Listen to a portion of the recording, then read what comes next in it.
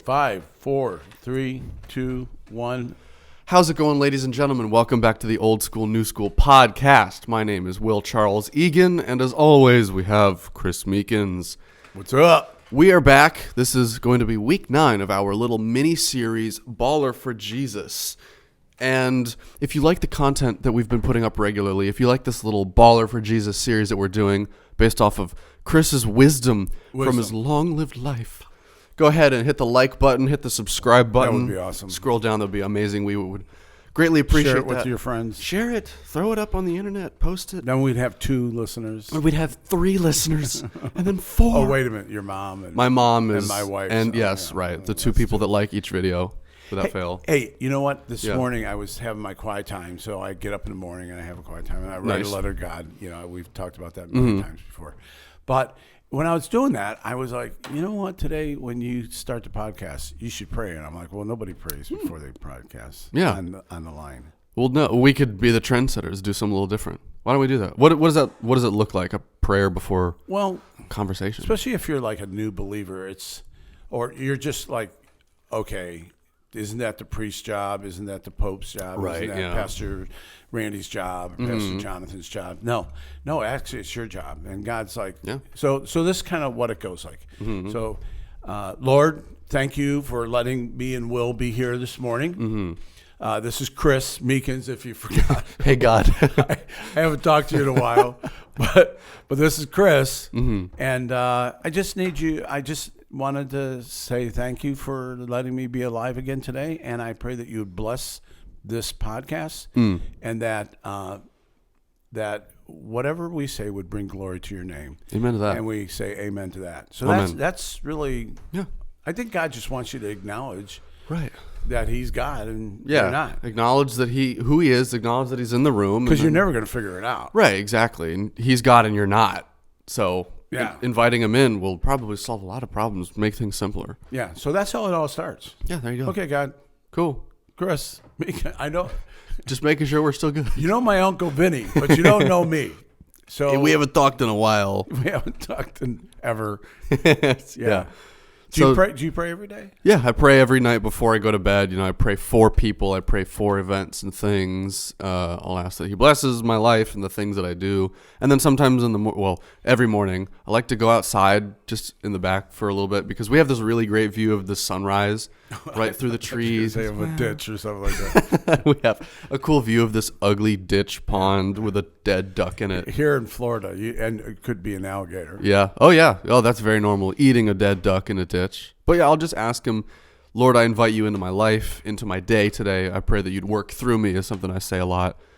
And then, you know, I'll just kind of spend some time. Like some mornings I'll just sit there and listen to birds chirping and the lizards running around and stuff. I just now realized why I felt. And that's what, when you go, I think God told me, when I say I think God told me, that's how it happens. I'm reading and I'm like, you should pray this morning, I think. But I think I know why. Why's that? Because we're going to talk about a story of goodness. Wow. And so it's like really talking about what God has done. Well, there you go. See how that works. And being thankful. So what we're talking about today is a story of goodness, and it's in Psalm, the reference verse I used was Psalm, is it Psalms? Psalm. It's Psalm. Do you ever go at a guy is preaching and he'll say something like Abram's name? It's not Abram. It's Abam or something. Abaharam. Yeah. It's like. Sorry. What'd you just say? What? Come on. Hello? You're not talking white trash. Okay. Right. Talking my Western vernacular is Jesus Christ, not Yeshua or whatever you say. So anyway, Psalm 27:13 says, I remain confident of this. I will see the goodness of the Lord in the land of the living. And so the idea is to say, I see God working. And I want to keep my eyes open to see that. Yeah. And be reminded of, wait a minute, God's at work in the universe. Yes. Oh, wait a minute. He's at work in our world. Oh, wait a minute. He's at work in Florida. Yes. Oh, and he's work in Sarasota where you have a sweatshirt on. It's Florida, man. Yeah, What do right. you Well, it's I'm in a t-shirt. Hey, you turn on the heat.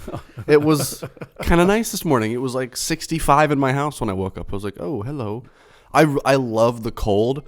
I just think the hardest part about it is waking up in the cold. When your body temperature is also 65 degrees, and you wake up and you're just like, I don't want to do this right now. And then you got to roll out of bed. We're making all the people in the north jealous because they're waking up. You woke up to 65 and you're complaining? Shut up. It was 2 this morning. I know. Yeah. So a story of goodness. What do you think of that? Well, I think of the word testimony. That's what comes to mind when I hear about a story of goodness, because that's everybody has, every believer has their own story of God's goodness in their life and how, the Lord delivered them, or even through simple little things, how the Lord rewarded them on this one day, because it can be both extremes, really. A story of goodness is anything, really. It can be something as simple as, hey, I prayed that, like my friend was telling me the other day, he prayed that he would get a job in a certain area because he does sales. And then in a pretty divine, coincidental way, the Lord anointed it and it happened for him.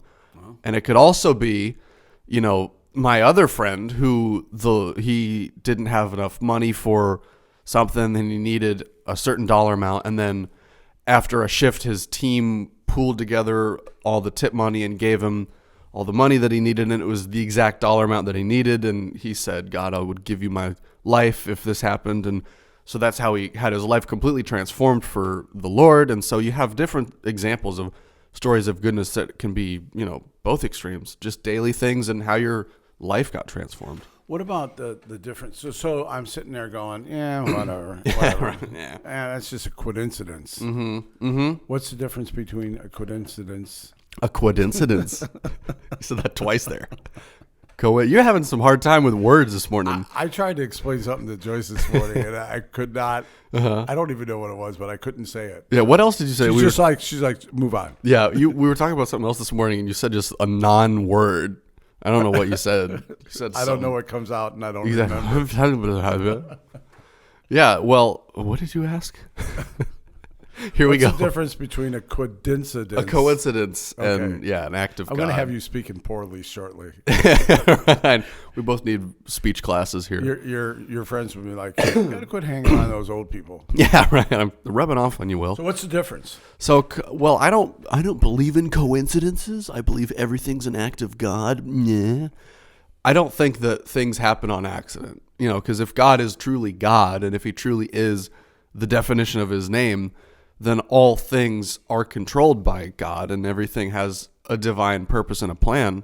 So if you have something happen, we'll probably have him on because he's such a great guy and he's got an amazing testimony. He's got a great story of goodness. And he told me his testimony of how what would seem like a coincidence. And I've heard stories like this before, like my Old Testament professor in Bayside College told me about a story where he needed a certain amount of money for, I think it was car insurance or something. And, at his shift, he got a new job and the first paycheck or something, he got like a bonus. That was what it was. And it was the exact cent of what he needed for the car. And so it's like, cool. You could say that that's a coincidence, but the likelihood of it being to the exact cent of exactly what you need, I would say that's an act of God. That's a way that God shows you, hey, I am good and I am working in your life, by the power of their testimony, they will. And that's what Jesus says is how people are going to transform others' lives. Before there was a Bible, before there was, a written testimony of Jesus' life and all of the apostles' writings, Jesus said by the power of their testimony. And that is me sharing my life story to you and telling you what God did for me. Or a story of goodness. A story of goodness. So when I tell people a story of goodness, it's bringing glory to God, which is our life is, it's like amazing. I would think that I would have known this. I've been a Christian since 1977. Yeah. It's really all this other stuff over here is minor. Right. It's like having all God wants from you is to be in a relationship with you. Mm-hmm. That's all he wants. Simple as that. And you're like, well, yeah, but don't I have to like show up at church, or don't I have to like give, this amount of money? Don't I have to do this? Don't I have to go and help some old lady down the street? Yeah, right. Yeah. That's mean. But it's all God's really want is a relationship. Yeah. And it's the world's, I don't know where I'm going with this, but it's the world's idea that you owe God something. Yeah. That's the world. Mm-hmm. And so a story of goodness is really about just how good God is. Mm-hmm. I'm just saying, I became a Christian. I got on my knees and prayed, and I asked that he would help me to stay sober. Mm-hmm. And I've done that the rest of my life. There you go. That's a story of goodness. Absolutely. The only thing I did is not pick up a drink. Right. Yeah, you just didn't do something. Now, I have just generations of addiction in my family. Generations. Right. Why would God do that to me? Yeah. And so it's a story of goodness. And when you share the story of goodness, Yes. people are like, oh, I don't have that story. Yeah. Do you know anybody that like never has a story of goodness? Yeah, I mean, I met a couple of people. I've just had random run-ins with people at, the gym or at a Starbucks. There was one, hurricane season in Florida is always an interesting time for us because there's always the one area that gets hit bad particularly. So this last year it was Fort Myers, the Venice area south of us. They just got the front end of the train on that last hurricane. I think Northport it was Ian. Yeah. And I remember I was at a Starbucks, and here I am. A hurricane had just finished. And I think the reason why I was there is because our internet was down. We still have a house. I have my laptop. I'm sitting there at a Starbucks writing, being as privileged as anyone could ever be. I'm doing, there was a massive Category 4 natural disaster. And here I am. And so next to me, there are these people that come in and, I look over and I come and hear what they're doing. I ask, hey, what's going on? And well, they tell me that they've literally lost everything, that their house is flooded, their vehicles are flooded. They had to, take a car from somebody else to get to this Starbucks just so they could get internet to call their insurance. And it was so stressful. And so I'm hearing their story and I'm like, oh my gosh, these people are so just down and out right now. They have nothing. And for them, it seems like all hope is lost. But even for something as simple as somebody like that is stopping and saying, hey, God told me to tell you that he loves you, that this is going to work out, that you can pray for them. Even something as simple as that, buying them something. Mm-hmm. When people are in such a low place, doing something as simple as talking to them, praying for them, buying them something, giving them something will be the highlight of their week. It will be such a glimmer of hope that God is on their side, is for them. If you can be a vessel and just say, hey, the Lord told me to tell you, and that is God speaking to them. Because for them, they look at that and they say, oh, God does care. God is here. Because for some people, they don't have that story of goodness at all. Yeah. And it seems hopeless for some people. So all during that, I was thinking about something, so I didn't pay attention. Can you repeat that? I was just kidding. Thanks, Chris. He was just zoned out the whole time. But I think a lot of our customers, a lot of our listeners, still business mindset over here. Yeah, a lot of our, which is amazing. I'm watching God's goodness because I as you know, I bought a car wash with another guy, and since the day we bought it, I'm praying that God would have a meteorite come in the middle of the night and land right in the car wash and destroy it. And I'll take the insurance money and run the other way. There you go. But that's not happened. Uh-huh. And so the goodness is that, thank God.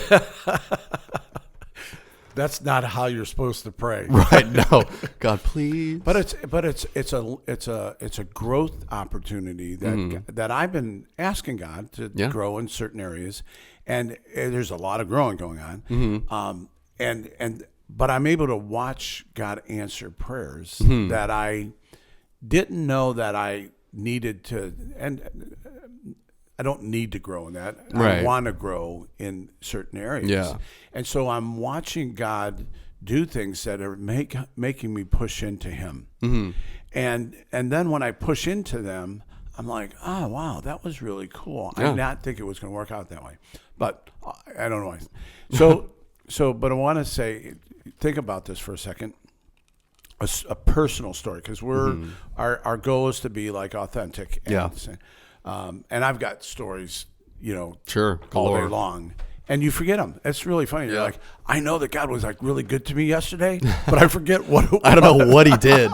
Couldn't remember for the life of me. But that's how we are, though, and that's why we have to renew our faith every day. Yeah. So anyway, there was one time, a long time ago, I was working part-time at Costco, because I would go to Costco. I'm like, I love working here. I love this place. Costco's great. Costco's awesome.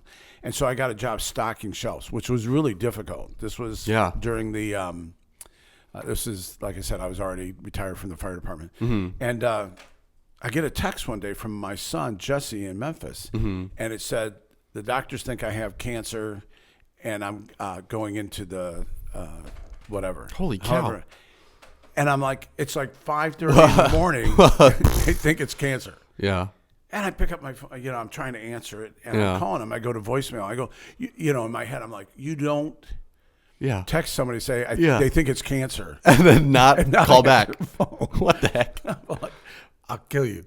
For real. But he talked a couple months ago. But anyway, he didn't have a cancer. But what happened was they thought he had testicular cancer.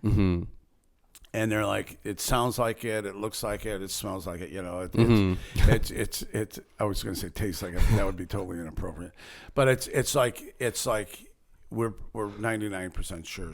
Right. So we have to do this operation, and so they look at it, and so we went down there. But before we went down there, my other son, Chris, he's a pastor for the Vineyard, and for whatever reason, he went with us to Memphis. We got in the car, we drove to Memphis before they did this operation, and we prayed, and we laid hands on him, and we anointed him with oil. Yeah. And he went in the next day for this operation. And then we went to a Styx concert. Nice. Yeah. If you've never been to a Styx concert, even today, still got it? They still got it. That's so cool. It's well worth your money to do a Styx concert. Anyway. Nice. Jesus Christ, yes. Not that. The renegade who had it made. So, okay, where am I at? So he went, they had the biopsy, and they tested it. And so they called him back, and they said, we tested it, and we thought the test went bad. And so we tested again, because we're like, there's no way. It's not cancer, but we're pretty sure it is. But so that we tested again. Yeah. And then they do this other test where it's, I want to say it's thin slice. It's it's layman's terms. Yeah, sure. They slice it thinner, and then he goes, "There's no cancer." And we're like, "Okay, wait a minute. You were like, it's 99% sure it's cancer, and now it's not." And he went on, and he was a firefighter. He became a lieutenant. He's the chief of the department. He's married now, and he's a great guy. And he doesn't have cancer. There you go. So you go, well, it just was a misdiagnosis, or was he healed? Was he healed divinely? Now here's the thing: he believes he was healed. Okay. And so there's a story of goodness. It's like, well, I don't know a lot of things. I just know that I was going in for this operation for this cancer, and now I don't have it. I'm just saying. And so that's just one of many things throughout the life. What about you? Well, I mean, just to that story, it's like you can go ahead and say it's a coincidence to anything. You can try to explain away anything, right? I mean, you can just, that was a misdiagnosis. They just didn't have the technology, and then they reran.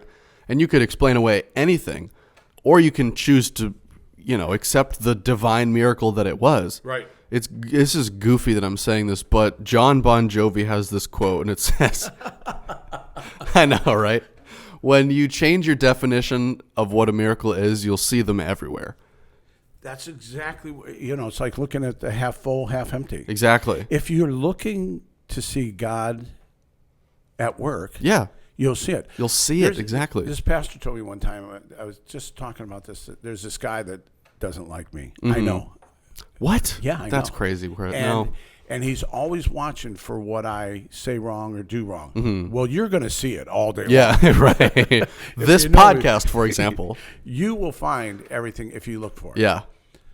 But if you look for what's good, you'll see that. You will certainly see it. And so he goes, you'll see whatever it is that you're looking for. You'll find whatever you're looking Right. for. Yeah. You'll find critical things about everyone. Yeah, it's there. It's always, I mean, it's like, yeah, it could have been a misdiagnosis, but like you said, all I know is that I was told that I have cancer and now I don't. Yeah. Thank God. Yeah. Thank God that I don't have cancer. Yeah. That is a miracle because I don't want cancer. No. He goes, cancer sucks. I mean, Cancer sucks. There's a lot of things that suck. But no, cancer sucks. Cancer is probably up there Yeah, and some of the worst. Yeah, it's the worst. Yeah, so I mean, stories like that. I've got a couple. I mean, I'm obviously a lot shorter on my walk than you are because I'm only 22 and I've been a Christian for a decade now.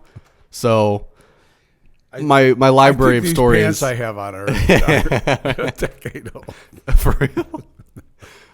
You had those pants as long as I've been a Christian. I just have to wear them lower now. Right. Yeah. Exactly. Okay, go ahead. Yeah. My stories are not as my library isn't as big as yours, but I have. Your brain is bigger. Well, thank you. Yeah. But I have a couple of examples because a lot of people my age and even people that are new to the faith, they hear about the voice of God thing. It's like, well, voice of God, like God talks to you. Like I remember there was one time where the vice president was Mike Pence and he had said something along the lines of, I was praying to God and the Lord told me, and everybody was like, Jesus talks to you? This guy is schizophrenic. Insane, yeah. And I was just like, I wasn't, mad politically or anything, but I was just like, well, yeah, that's being a Christian is the Lord will speak to you. It isn't like always the clouds part and the voice of the Lord goes, will I have a word for you? It's, it's just like a voice in your head, kind of like the voice you hear when you're reading. Right. And it's just like a little thought. And sometimes it's very, very apparent that you should do this. Like I've had a couple of instances where the voice, and I didn't even realize this was the voice of God, but I was on a mission trip one time and I was standing in like a public square. We were doing evangelism, which is where you just literally talk to people about Jesus. And I had this thought come across my mind. I saw this woman and she was wearing a leopard print shirt. And in my mind, like a broken record over and over and over, it was go talk to the woman in the leopard print shirt. Go talk to the woman in the leopard print shirt over and over. And I was like, okay, I'm going to go talk to her. I feel like we should talk to her. So I grabbed two people and we talked to her and we ended up praying for her. And it was an amazing opportunity. But that's the voice of God. And for me as a teenager, I didn't understand that at all. Okay. And I heard all of my friends, I was praying to God and I felt God telling me, and I was like, what does that mean? How? Yeah. Because I'm very logical in how I want to explain things. I love apologetics, which is where you try to logically explain the faith. And so I wanted things to make sense in my head.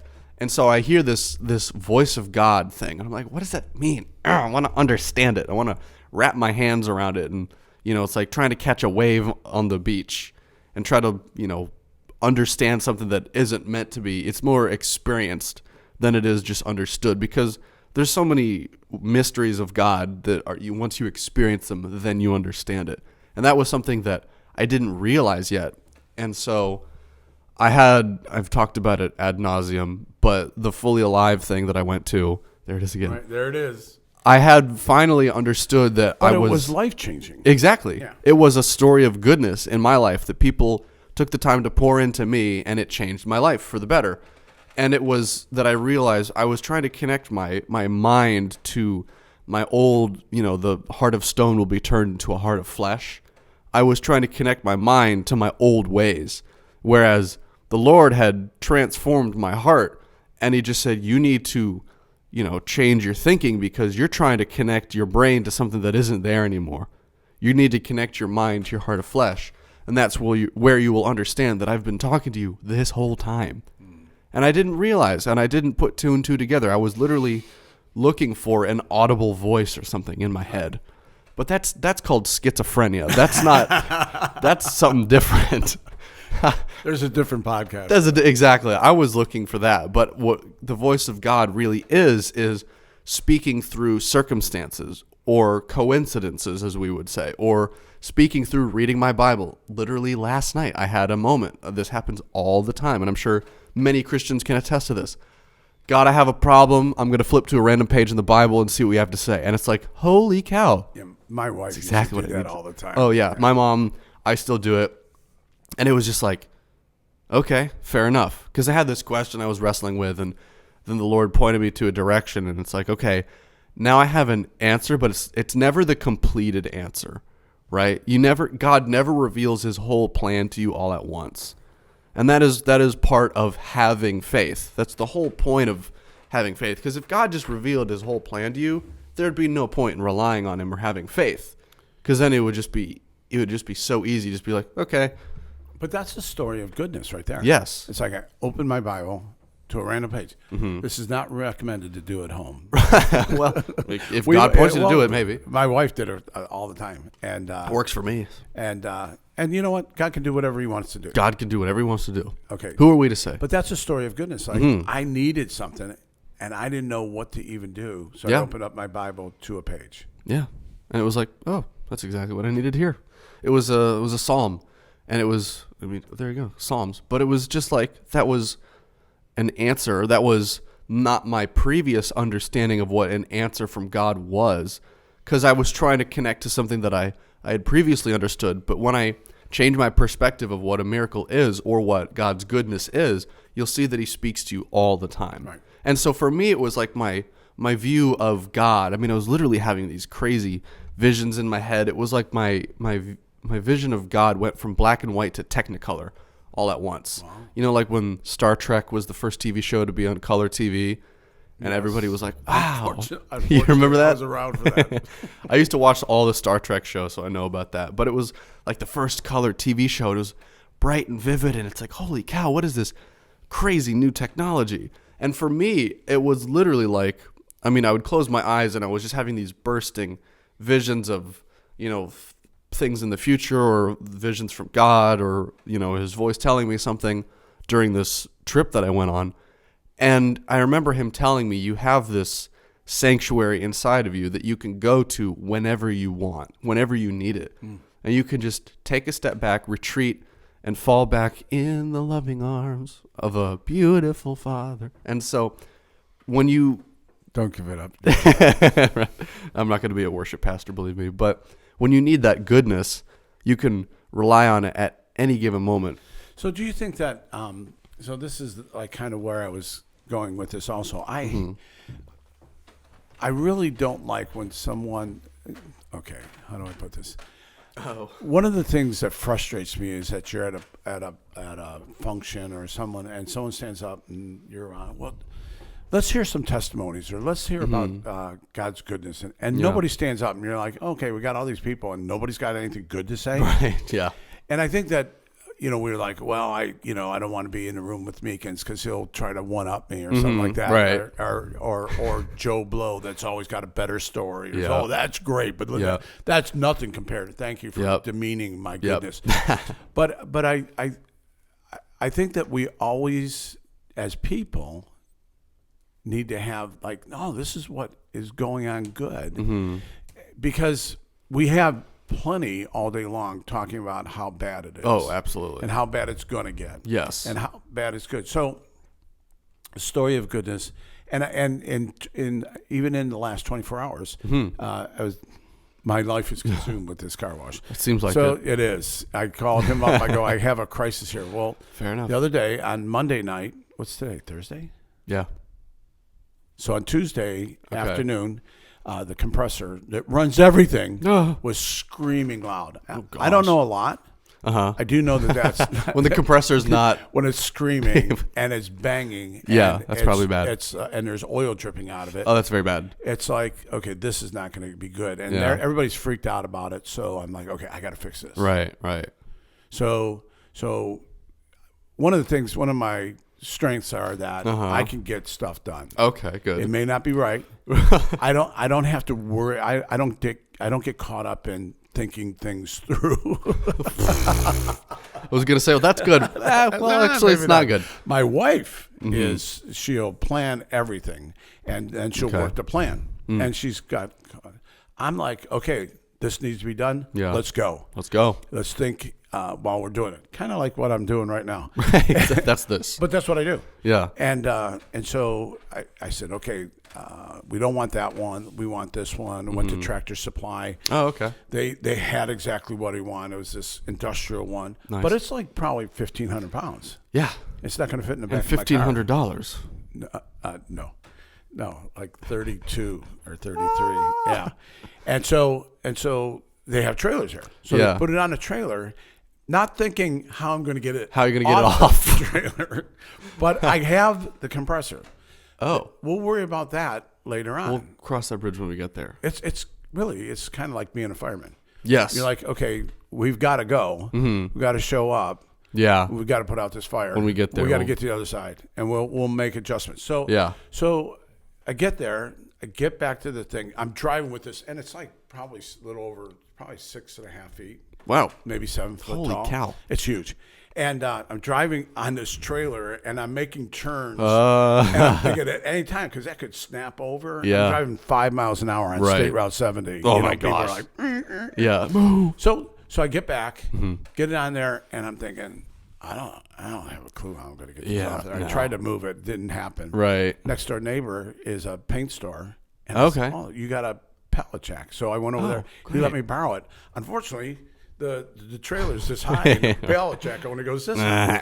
So the guy that the mechanic's going to hook it up for me, he shows up. He goes, well, it had these 2 ramps to the side. And Yeah. I'm like, we can't even get the pallet jack on these ramps. And he says, well, why don't you just take those 2 ramps and slide them over right in line with the thing? I'm like, oh my God, you're brilliant. I'm an idiot and you're brilliant. And so we were able to maneuver it, get it off. Took 3 of us, got it in there. He had it hooked up in 15 minutes. A part was burnt out. It was a broken part. Oh. And I'm on the phone with them now, not right now, but today. Yeah. And it didn't work. So I called around. Found, On the new one. yeah. Oh, Found geez. a part at another Tractor Supply. Drove down there at 8 o'clock in the morning the next day. They had it. He hooked it up. Got some technical advice. It's running. Life is good. Great. But it's like, well, is that God's goodness or is that just your work ethic, Chris? Right, Well, yeah. I don't have a work ethic. So we'll Right. just Fair enough. Get rid of that one. But it's like I felt like the whole way God's favor was on me. And I was able to take this really stressful because Yeah. once that we shut it off, we were offline from 3:30 on Tuesday until 10 o'clock on Wednesday. Oh, jeez. But at 10 o'clock, we were rolling. Yeah. And it's better and it's whatever.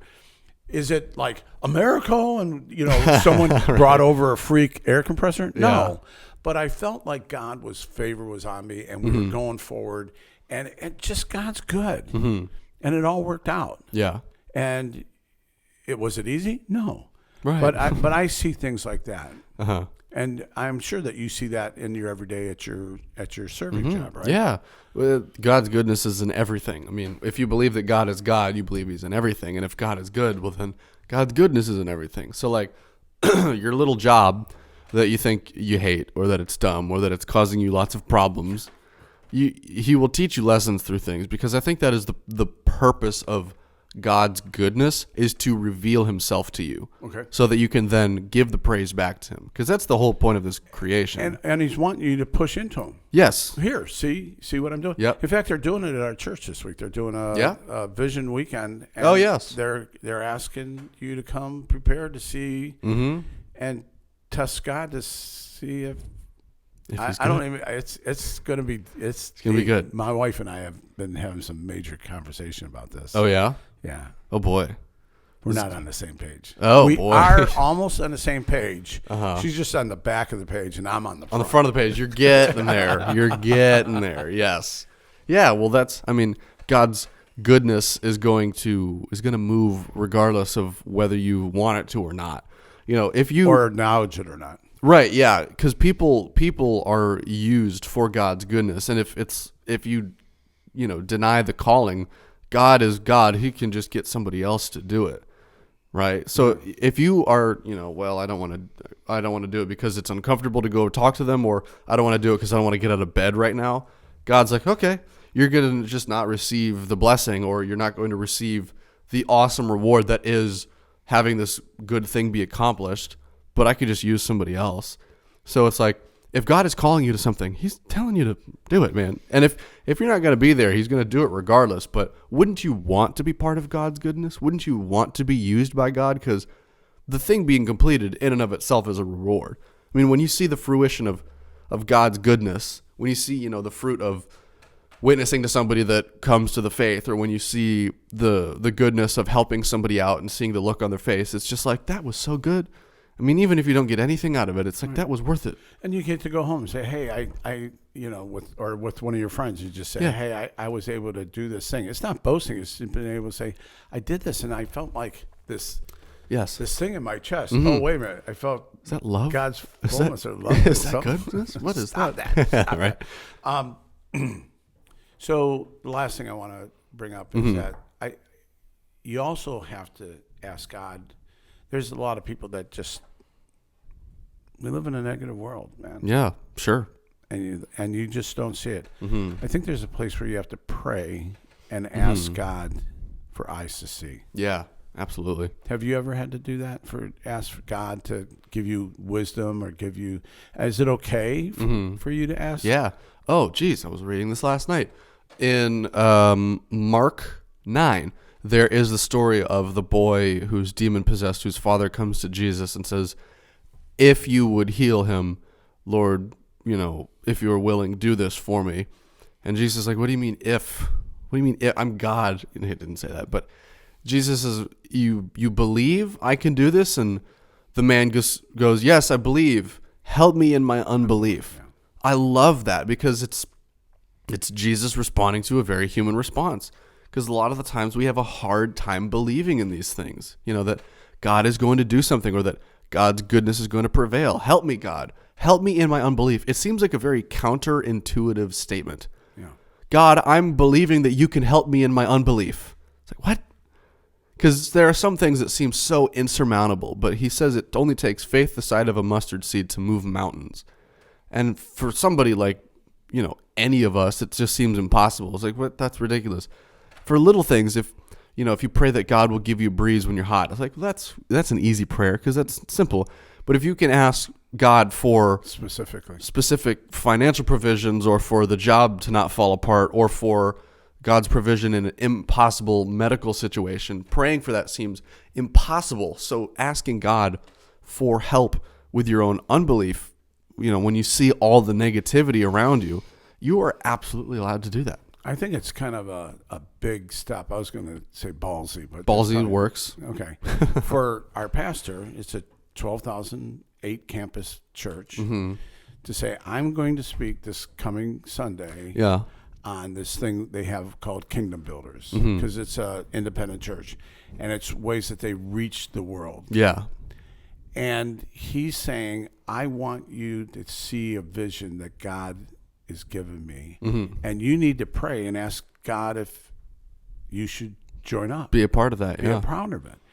And it's so, and it's big, and so he's saying in front of the whole congregation, he's gonna challenge you to say, God. So if you want, it's Bayside. mybayside.church. Yeah, we got that. The live streams on the website, all that good stuff. And if you want to see what our vision is for this next year, listen. Yeah. But it's asking God for a vision to see what how we can impact the world. Yeah. And so I think you have to ask God. You can't do this on your own. Yeah, absolutely. And so you're like, okay, God, I'm asking for, I only make like $30,000.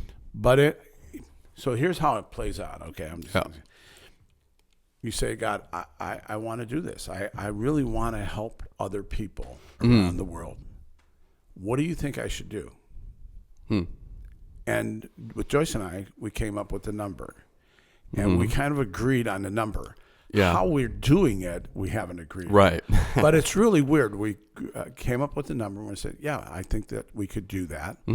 And so but then you have to ask God, say, okay, how do I do this? Because I've never done this before. Or how do I help? How do I stop on the side of the road and help someone that's broken down? Yeah. I'm not saying doing that because we live in a crazy world. Right. But there's our people that do it. Sure. Jordan Breon. Was late for our podcast. Yeah. He helped someone change his tire. Episode 4. I was thinking about that. Why would you do that? Yeah, right. Why would you help someone? Come on. But you have to ask God for eyes to see. Yeah. eyes to see the miracles going around you, because I want to step into your goodness. And I want to tell other people, saying, oh, did you see what happened to Will? Yeah. Did you see what happened to, I mean, he works at this country club, but yet he's living. Here's the thing. I'm going to blow smoke up your skirt for a couple Go of ahead. seconds. I think you're amazing. Well, thank you, Chris. I know you think that. I know. Oh, wait a minute. I'm talking to Will. He's already aware of that. I know, Chris. Come on. But I think that it's amazing that you've graduated from college. You've got this degree. You're like, I don't know. I still use it somewhat. But you're going to use it. But you're working at a place. You've gone on your own. You've moved out of your father's house. You've gone into your own house because you're like, this is the right thing to do. You work like 4 hours a week.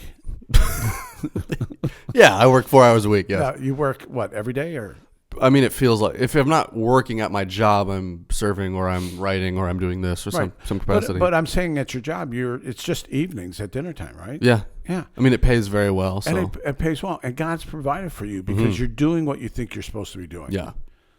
And so your testimony, I can say God's goodness is on Will Egan's life. Yeah.